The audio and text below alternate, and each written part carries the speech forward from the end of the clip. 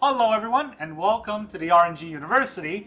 On tonight's episode, Mono-White Midrange. So Mono-White has a very curious style of midrange that Mono Black really cannot do, and that's because we have the Wandering Emperor, which it can serve as a control card. She can serve also as a mid-rangey tempo card. So that will be the crux of this deck, along with, of course, our good old Steel Seraph. Could be a 3-cast 3/3 flyer, could be a 6-cast 5/4 flyer, and every one of our combat we get to play a trick with her. So let's look at the whole deck list. In the beginning, we have no 1-drops to speak of that are tempo-based, because we're a mid-range deck and we don't get off that aggressively. But on a 2-drop, we have 3 Ambitious Farmhand, 3 Spirited Companion, and 4 Reckoner Bankbuster. So there's so many 2-drops that we're almost guaranteed to be able to play something on turn 2. Good thing about Ambitious Farmhand is that it will give us a land so that we don't fall behind on putting lands on the board. Mid-range decks really need to be able to hit tempo land drops. Also, this is a card advantage, right? She's a card that also brings us a card. It's very important. Spirited Companion does the same thing, not necessarily lands, but cards. Bankbuster, obviously card draw, right? So that's our 3-drop, that's our 2-drop, 3 off, and then we have the 4-drops. We have 3 drops. We have 4 offs. Anointed Peacekeeper. He's very good at taxing a good card from our opponent's hand and from our opponent's deck, so that we can stave off their combo finisher for some time, right? Maybe it's an Invoke, maybe it's a Liliana, maybe it's a Shieldred. I know they're all black cards, but hey, that's what I'm thinking of right now. And then on the other 4 offs in the 3-drop is Wedding Announcement. Wedding Announcement gives us creatures, but more importantly, Wedding Announcement gives us an Anthem effect. Makes our Ambitious Farmhand, makes our Spirited Companion much more to trifle with once this flips. So that's our 3-drops. Then in the 4-drops, of course, 4 Wandering Emperor. Nothing really to say about her. She is an absolute staple. And then 2 Serra Paragon to help us recycle some of the card advantage cards, like Ambitious Farmhand, Spirited Companion. If they ever die, they can come back and we get an extra card. That's very good. And also we can get Wedding Announcement and Anointed Peacekeeper should they die. So, very good card for Serra Paragon, but also a card that we can use to bring back land, something we'll talk about later. But let's talk about the 5-drops. We have 2 AO. When AO dies, of course, we get to put these onto the battlefield if they're in the top 7, or we can pump +2/+2 on our entire board. Generally, that doesn't happen, but the best part about AO, a lot of people overlook, is that he is Flying Vigilance, which means that it's very hard to use the Emperor to kill AO. That means if we're in a mirror match, AO will have to bring us the game. And that's our 5-drop. And then in the 6-drop, 2 Steel Seraph. I talked about this already. Tricks on combat. Also could be a 3-drop. And then we have 2 Sanctuary Warden for additional card draw. Right? We can remove a counter on a creature or planeswalker we control. Could be the Wandering Emperor. Could be one of our creatures with a +1/+1 counter. We can remove that to draw a card. We can also remove the shield counter for Sanctuary Warden because she does come into play with 2. And then that is all of the tempo plays. Then we have the removal for Lay Down Arm. Pretty self-explanatory. We have a mono-white deck. We are going to run Lay Down Arm. It is very good to remove creatures, and in return, our opponent only gets 3 life. It's not a big deal. And we have enough planes so that Lay Down Arm will trigger. And enough Ambitious Farmhand to ensure that we have enough planes. And we have 2 Destroy Evil in case we need to destroy a big Shieldred or an enchantment. And then in the land base, we have 1 Agonjo, 19 planes, not 24 this time, 19 planes, but we have 24 lands in 4 extra Roadside Reliquary. We can sacrifice this, we can draw an artifact, draw a card. If we control an enchantment, draw a card. And this card is very good with Serra Paragon, because if we sacrifice it to draw 2 cards, and we didn't play a land that turn, we can play a land because of Serra Paragon with it in the graveyard. So that is good synergy all around. Now, that is more of a control synergy, so I don't expect it to come off very often, but it is there if we need it in a slower matchup. But mainly, this deck is for mid-range, right? It means that we're going to tempo creatures on the board, maybe not always turn them sideways, but always have threats that our opponent have to answer. That is the style of mono-white mid-range. I'm not sure how good this is, but Wandering Emperor usually will pull her weight. So let's try it out.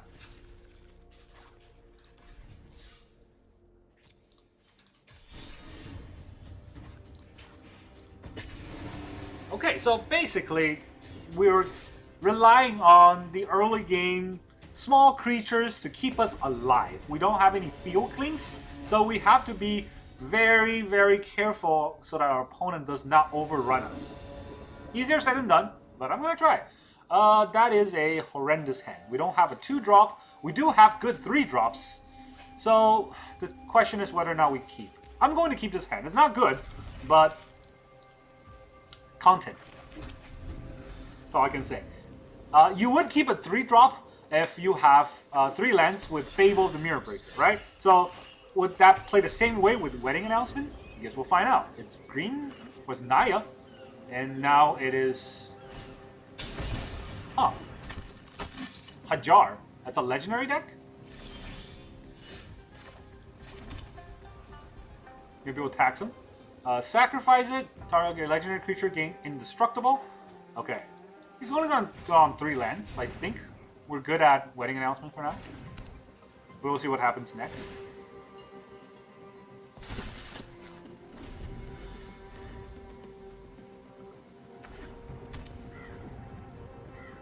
Oh no, not target legendary. All legendary creatures. That is a really funny card. I'm not sure what that's doing.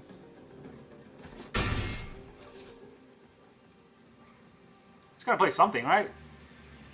What deck is this? Is this all colors? So far, it's Naya plus blue. Everything but black. How racist. Tayo, you're gonna do something? A Johnny? Huh?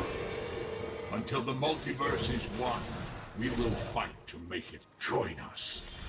Review the top card of your library. If it's a creature or planeswalker card, put it into your hand.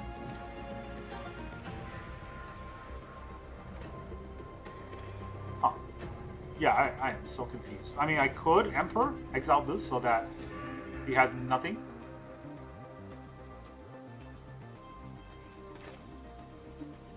I think so? It's kind of tricky, but hey, Serra Paragon's not doing anything this turn.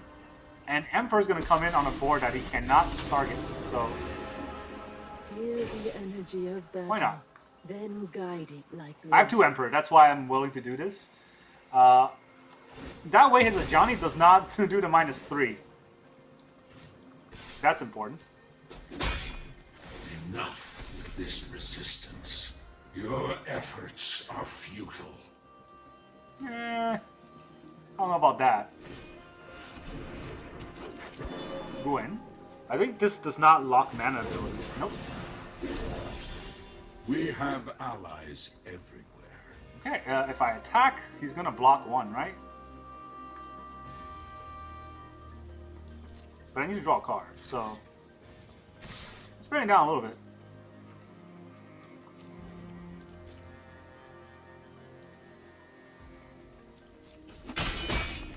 Huh. Aberrations will be destroyed. That's interesting. And to lock down a card. Alright, so... Oh, it's a legendary deck. He only has 3 lands, though. So, he's gonna play the Hajar next turn. Cameo Safekeeping doesn't do anything. Negate doesn't do anything against my deck, basically. Earthtide might. Earthtide is kind of scary. And Sigarda.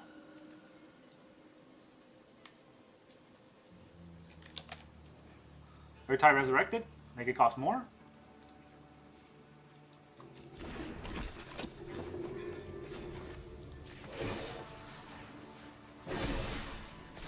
Remember your training.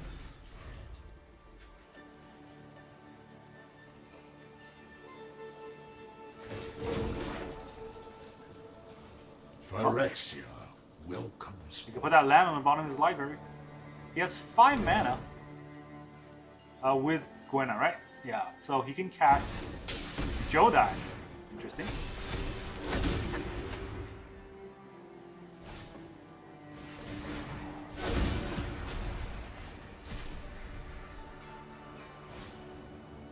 Ashnod? Alright, that deck is trouncing us because I have no idea what's going on. Huh. Okay, let us exile This guy. I still have much to learn.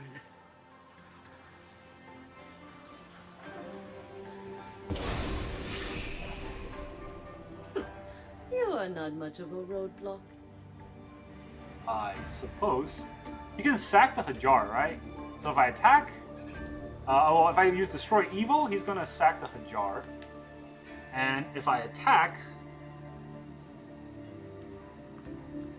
I can't really get the tempo off anywhere. But if I attack all in on the Johnny... Do I really need to kill the Johnny?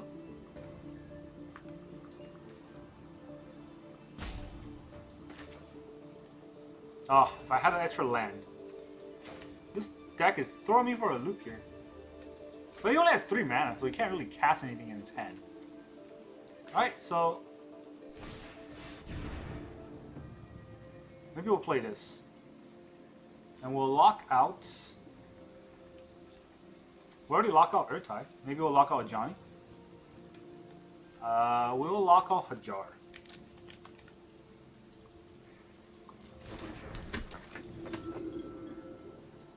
Alright.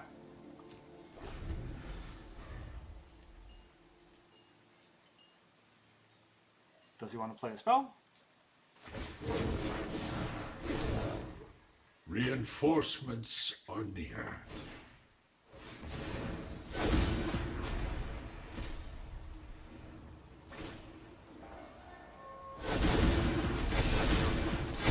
Oh, that is the best card I can get. That's not fair.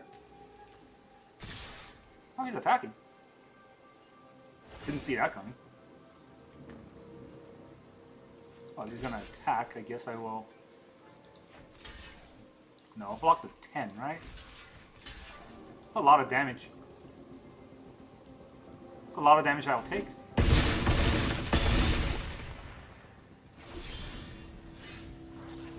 Still no land.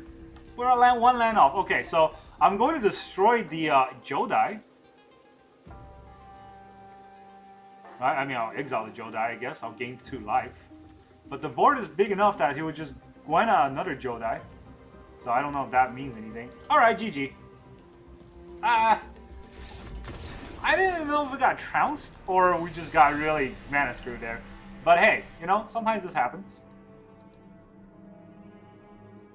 Funny, we didn't draw any of our 2-drops. And I was talking up the 2-drop the whole time. We got 10 off in the deck. One right there. Fetch us a plane, if you will. So, the opening hand, right? We kept that hand, and that might have been what cost us the game. But then again, if we don't keep that hand, are we going to get a good 3-drop? We do going to go first. We got 1 drop into 3-drop again. At least we have a removal. Still, no 2-drops is scary. Black. Still no 2-drops. Deck hates me. Alright, Foundry with nothing. So the question is, should I lock down one of his plays? Or should I wedding announcement? Make my own play. It's not like he has a thing to kill an enchantment, does he? Okay, he does not. That's good. The thing that makes me sack enchantments costs 3, I believe. Tribute to Kami? Gigs! Interesting. Would you like 3 life? You can have 3 life. And then I shall anoint you with Shieldred. I have to type out the whole thing? Shieldred the Apocalypse. Right, that is the one. Alright, you can't play your Shieldred next turn. You gotta remove my Anointed Peacekeeper. I'm okay with that. Spend your whole turn playing Underdog and Infernal Grasp.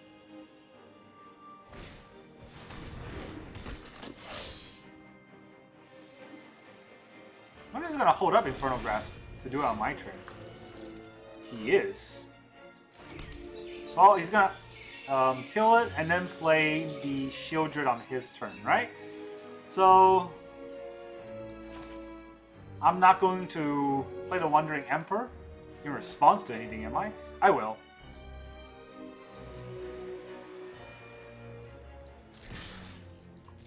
I want to draw a card.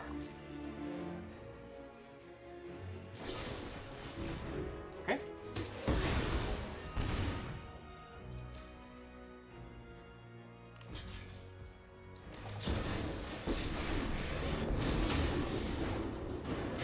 I am the Emperor of Kamiko. First strike. I have got new moves to Remove a teach card you. on the board. You get to draw a card. And now we have something to take out Shieldred if we need to. If you want to... Oh, I was going to say, if he wants to run the underdog to my Emperor, I'm okay with that. I'll take the 2 damage. Ow. But not really. Not a real ow. Gain 3 life. And quit. Look at that. So, we had a commanding lead, but we didn't win the game. Our opponent just kind of quit because they were scared of our, you know, natural prowess. I don't know why they quit. Honestly, they still had a good chance. If they draw it in bulk, they could come back.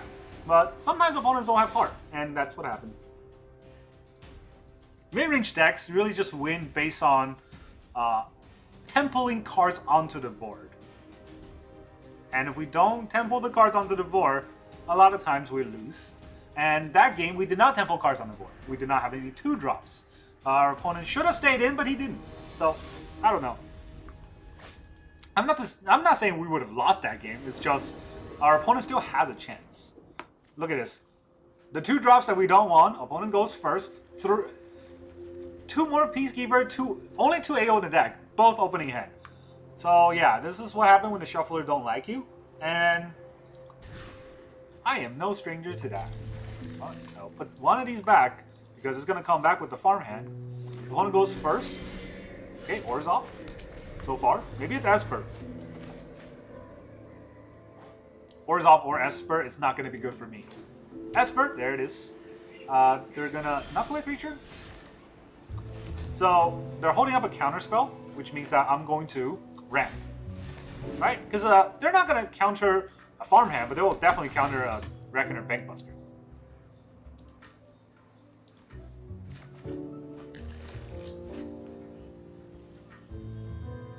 Here comes 2 1/1s, and then oh no, it's that deck. Okay, very controlling. I thought it was an aggro with Rafine. It's not. It's Siphon Inside, which I don't know why anyone would want to play a deck like this, especially in Arena. Because why would you want to play your opponent's deck when you can play your own deck? You know? I mean, luckily for our opponent, they got one of the good cards from our deck instead of 2 lands, which is basically what I notice a lot of times our opponents get. I can't even kill that. 4, and yeah, nope. Not happening.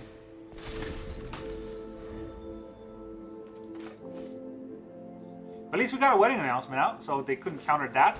We can get some tempo advantage. Still, I don't think we're gonna go anywhere. Opponent going first is always heartbreaking.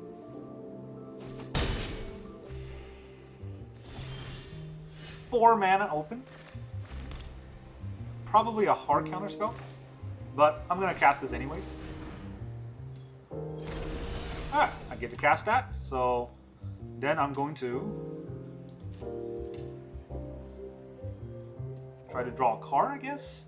4 mana, huh? Think he's gonna Emperor one of these cards?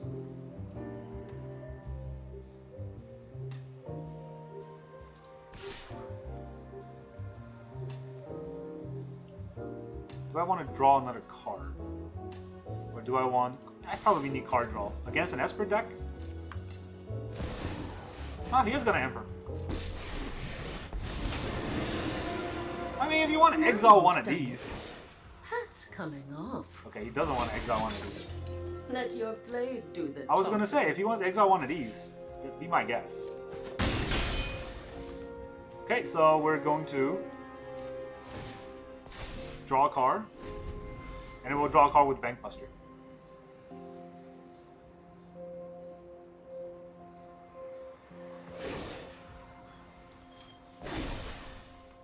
Strike fast and strike hard.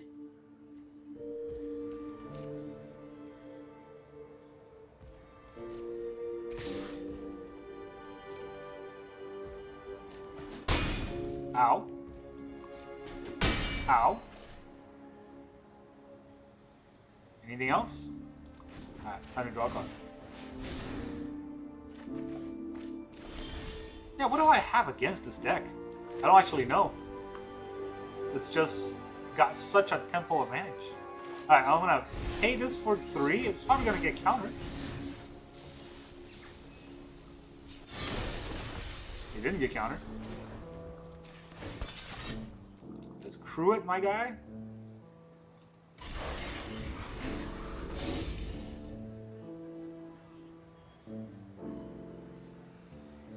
Wonder if he's gonna get greedy. Let's make this guy flying.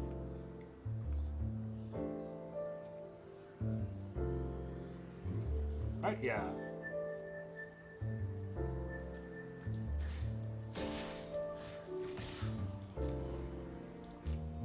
I want him to play another Emperor. Voidran. Aw. Oh, he waited till I attack so I could draw a card. I don't know why he did that.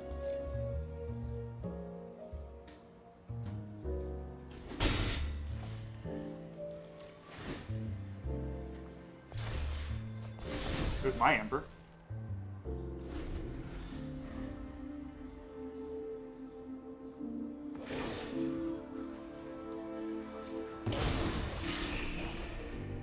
My judgment is final. Alright, I was trouncing on the last opponent for quitting early, but I'm gonna quit early here because we're gonna be at what, 5 against an Esper deck with the Planeswalker out. Yeah, I'm gonna go. That game was stupid. Alright, our opponent got the best card out of our deck in the best time they could have played it, and then we didn't draw any removal the whole game. For that 3/3, we can remove a 4/4. But not a 3/3. So yeah, basically the shuffler was trying our patience.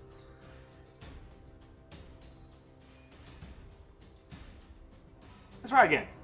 This time our opponent is going to be the Lumberzak. That's a cool name. Hey, we're gonna go first. We got a Remper. I'm gonna keep.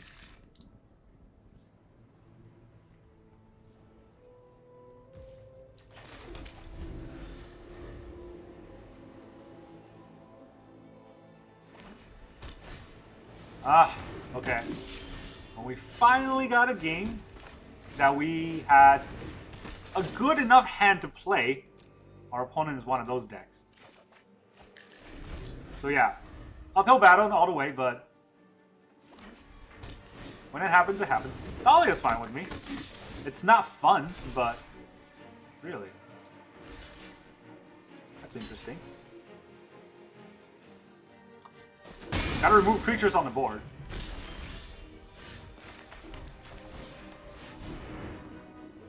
So let's see. He's got Siege Veterans up the wazoo, so no Siege Veteran for you. I don't know why Siege Dragoon came out first.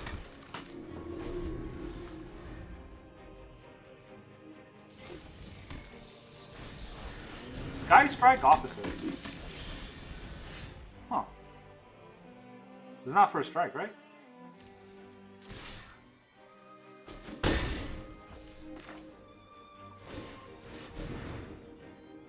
Alright, let's lock down the Sky Strike. So he doesn't get card draw, even though he can still fly over me and attack me. And we miss a land drop.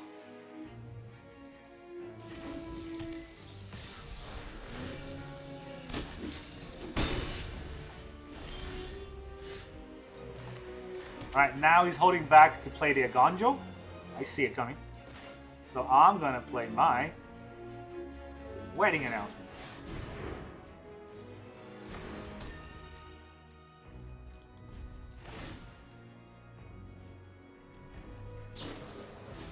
Resolute Reinforcement, of course.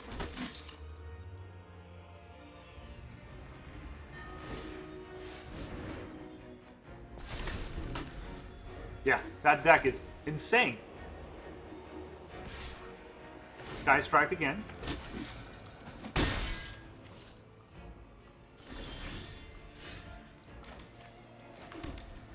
Guess I'll have to Emperor this.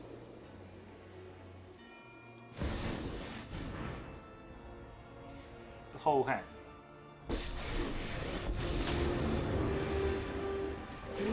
Take out his card advantage. Then guide it like water. He's gonna draw a card, but that's fine. He can't draw 2 cards because he doesn't have enough creatures. He wants to hold up his Aganjo, which I understand. This is what you get I'm just for not gonna hurting attack. my people. So I have a big enough board. I still will die to that flyer dude. Whatever he's called. Harbin? There it is. Nice top deck. Alright, I'm just gonna get out of here.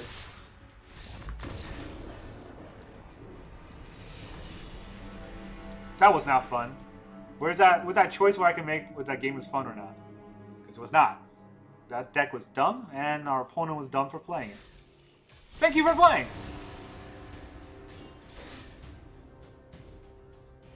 For people who play soldier decks all day, every day, do they still enjoy Magic?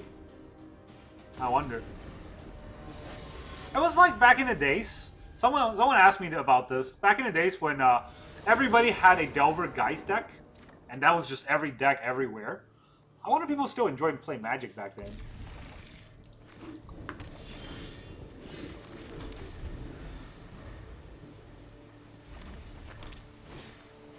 Bankbuster?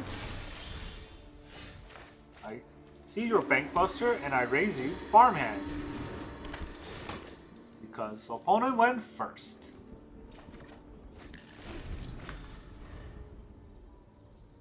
I wonder if he's gonna play something or just draw a card.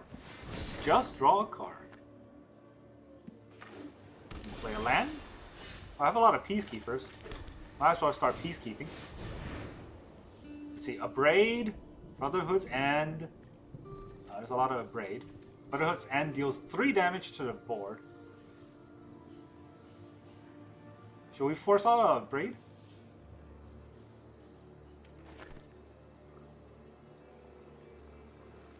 I mean, he will Braid it, right? So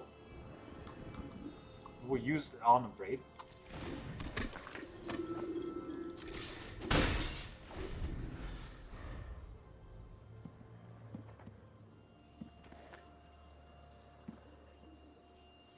And again, we have 3 lands. I'm not drawing any more lands. And one of the lands I fetched. We all knew that was going to happen. Make our opponent play off curve a little bit. See? Like I said, after 3 lands, no more. No mas. It's just a Braid now. Pay 4 for your Braid or don't Braid.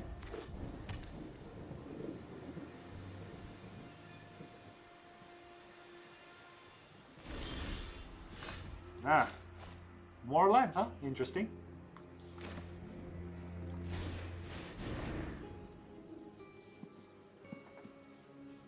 It's probably gonna upgrade my Peacekeeper. Alright, another upgrade, I guess.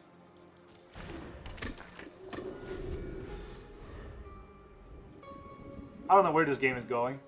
Opponent doesn't have anything, but neither do I. At least they have a Bankbuster on board, but I don't even have lands. See, when your opponent have lands out and they have no draws, or basically, if they're flooded and you're screwed, the game is against you. Because you are not going to draw lands, and even if you do, it takes 1 land a turn. Whereas in your opponent, really only has to play 1 card to kill you.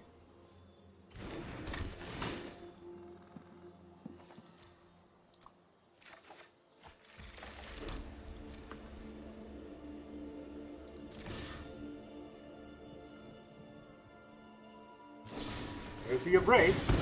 At least we force that out so we can play our own Bankbuster.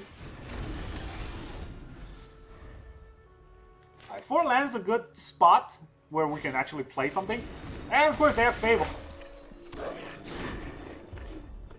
We're gonna get more mana from their Fable. That's a fun game we're playing.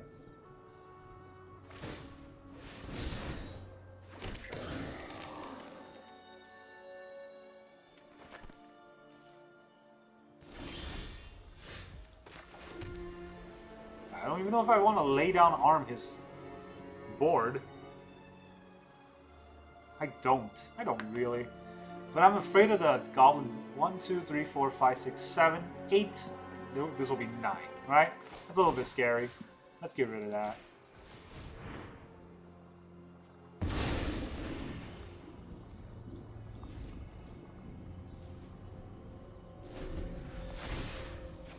I'm gonna bluff a block with my farmhand, but I don't even think that's gonna happen here.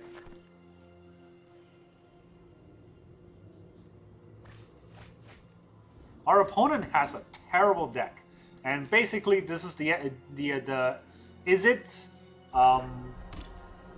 Power Stone big artifact deck that everybody seems to have a terrible time playing. I've seen a lot of people play it, and I've seen it go through basically like 4 wins in a lot of games. 40% wins, I meant to say, and it's just horrendous. But even against the odds there, we are getting trounced left and right. So you know we're not gonna win this game either. There's no way we can get rid of Cityscape Leveler with a board like this. I mean, we'll take the 4. That's fine.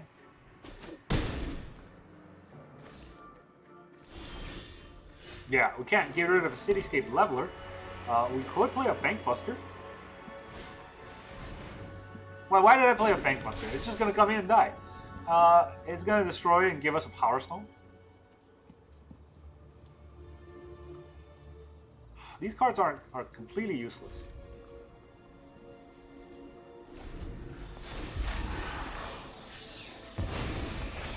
Well, I mean, I want him to attack, right? That's the trick. The Leveler, I want him to attack so I can exile it. I don't know.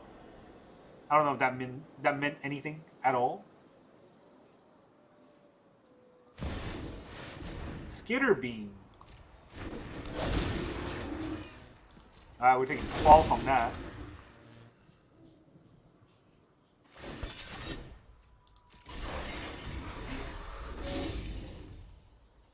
Fun.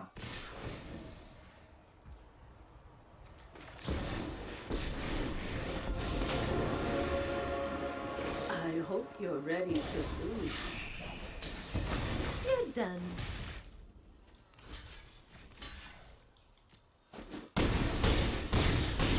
We're at 6. Oh, that's fun. We can exile 3 of these. 3 of these, or 2 of those, and something. I don't know. We got 6 lands. Play Sanctuary Warden. Not gonna save us. Exile 2 of these, and he has... Nah, let's get out of here. That's GG. That game was dumb. We lost to one of the worst decks that people ever played, which says something about this deck, to be fair. I didn't say it was a good deck. I do think the mid-range has potential, like one of the games we showed today, that did something. Wait. But let's look at the deck, right? When it comes to comparing the mono-white decks that we've played so far, this deck's play rate was horrendous. Now, is that because the deck is bad? That is hard to say, because all the games today you saw, basically we did not get a 1, we're gonna get a 2-drop. We always go second, we did not get a 2-drop, and not gonna win any game with any decks like that. And the games that we lost, really we got overrun because we did not get these cards out in time. The times that we did get these cards out, we were in a matchup where they didn't matter. But I would say overall, if you compare the games where we got the proper cards, and we played the best way we could with the cards in our hand, we still did not come out ahead, right? Maybe we're even, maybe we are trying to win, but overall, I don't think this is a good deck. I rarely say I rarely say any of the decks are bad. A lot of times it's, variance. A lot of time it's because of the shuffler. A lot of times it's my misplay. But today, I do believe this deck itself is horrendous. And it's not just because of the win rates that I've shown, but because I don't see it getting an edge on any deck in today's meta, right? We have to basically always go first, always get the perfect draws to get ahead of our opponent, and Come on. How often do you think that would happen? So that's my opinion about this deck. It's not that great. If you really like playing mid-range, you might have a shot at it, but overall, the Anointed Peacekeeper is only good at taxing a card so that you can kill your opponent. When you can't kill your opponent, they'll be able to pay this tax. In a mid-range control style, they will eventually overrun you or override the tax. So it's nothing, right? And the Wandering Emperor is good, very good, but without a supporting package, she's not going to be able to do anything. When there's too many things on the board, they're all attacking you, you don't have enough mana, she's not going to be able to do stuff. Alright, so overall, I don't recommend this deck. I guess Mono-White Midrange is a dud. Alright, that's what I got for you today. Thank you very much for joining me, and I'll see you guys next time.